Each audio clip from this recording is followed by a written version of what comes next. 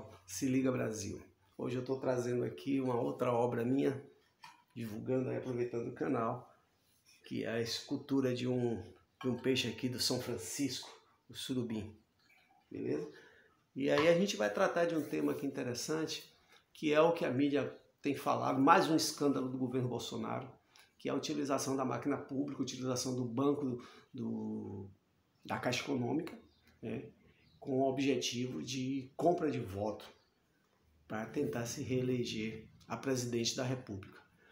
Esse tema tem sido tratado na mídia como se fosse descoberto agora. Oh, absurdo, utilizou-se da Caixa Econômica para comprar votos através de liberação de recursos de microcrédito para pessoas que estavam até no SPC. Gente, todo mundo viu, isso aí foi fato.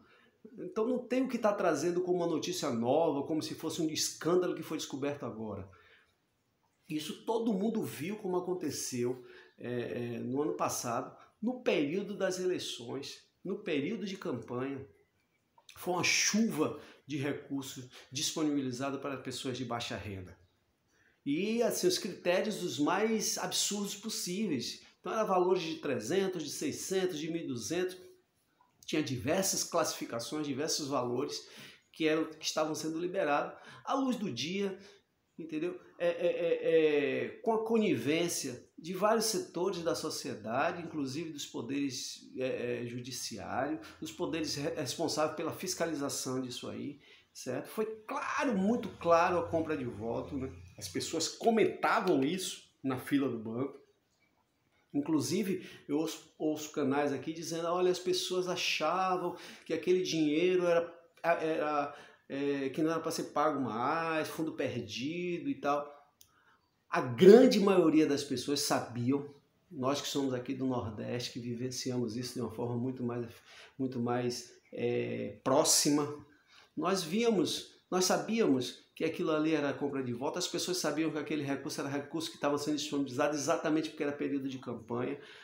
No entanto, quem não via isso foi o TSE, a Procuradoria, né? Esses órgãos de justiça responsáveis pela fiscalização, né, da ação do governo, principalmente no período de campanha, foi que não viu, né? Porque estava aí. A mídia, por sua vez, né, não tratou como deveria ser tratado. A mídia, por sua vez, também foi conivente com mais um crime de Bolsonaro, né, porque não tratou isso da forma como deveria. Eu lembro que no período de campanha, ainda, além de liberar, autorizou que alguns bancos, algumas agências financeiras pudessem fazer empréstimos consignados, prevendo o recebimento desse dinheiro por pessoas que precisavam, porque estava saindo da pandemia, né, porque estavam desempregadas e porque já passava por uma situação difícil nos últimos 4 anos com as políticas públicas que não ocorreram por esse governo que, graças a Deus, se encerrou no ano passado.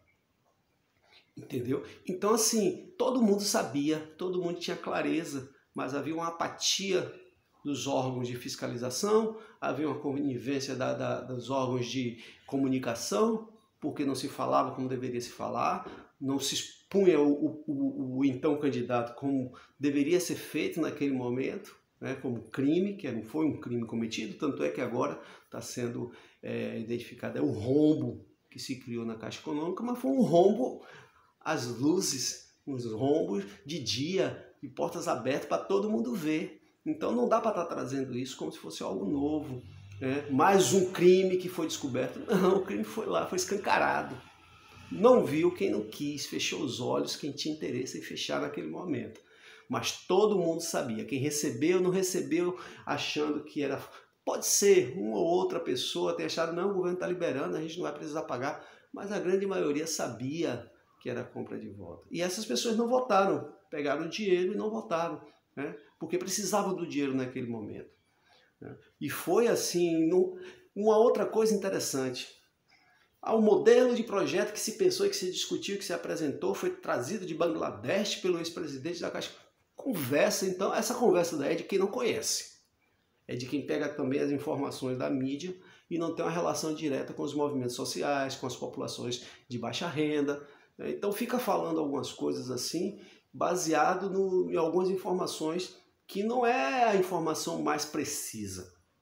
Olha só, basta você ir na internet e botar lá, ó, CredAmigo, vocês vão ver que o projeto é o mesmo que se utiliza lá na Índia, Bangladesh, sei lá em que país foi que ele pensou esse projeto. Então é um projeto que já existia no Brasil, que eram os microcréditos, né, que é o CredAmigo, que você tem um grupo de pessoas que quer desenvolver uma atividade específica, né, essa pessoa necessariamente não precisa ter CNPJ, ela vai pegar aquele recurso, tá, um grupo de pessoas, aquele que não pagar, entendeu? E deixar de pagar, então deixa todo mundo inadimplente, não vai receber mais o recurso. Se pagar direitinho, né, tem um rebate, entendeu? Tem uma carência legal, então você, digamos, um exemplo, você pega 5 mil, paga 4.500, se pagar tudo direitinho, né? Então, e aí o próximo valor ele já aumenta, tá? Então, esse modelo que dizem aí, que eu vejo alguns youtubers até de esquerda falando,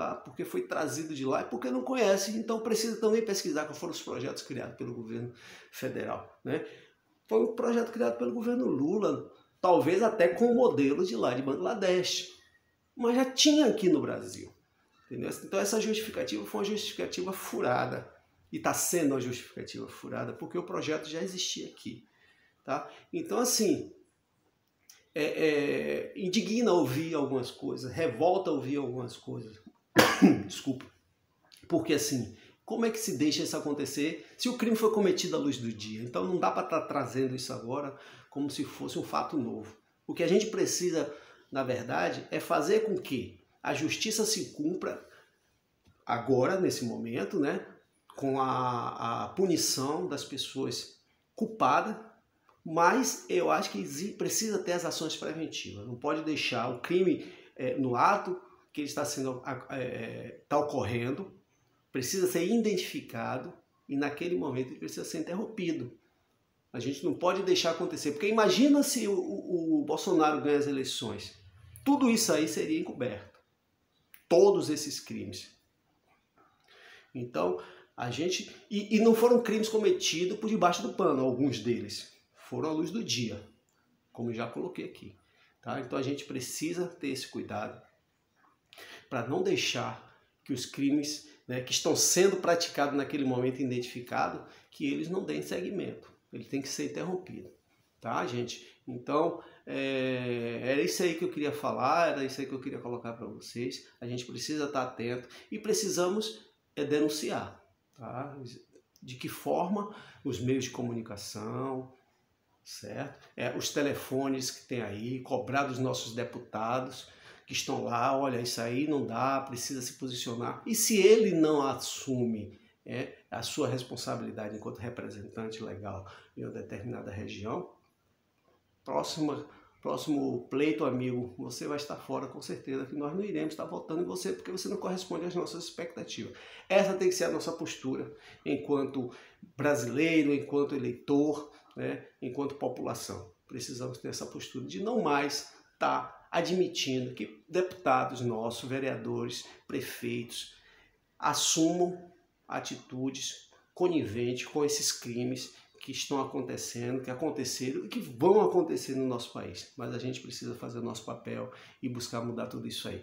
Beleza, pessoal? Um forte abraço a todos e até o próximo vídeo.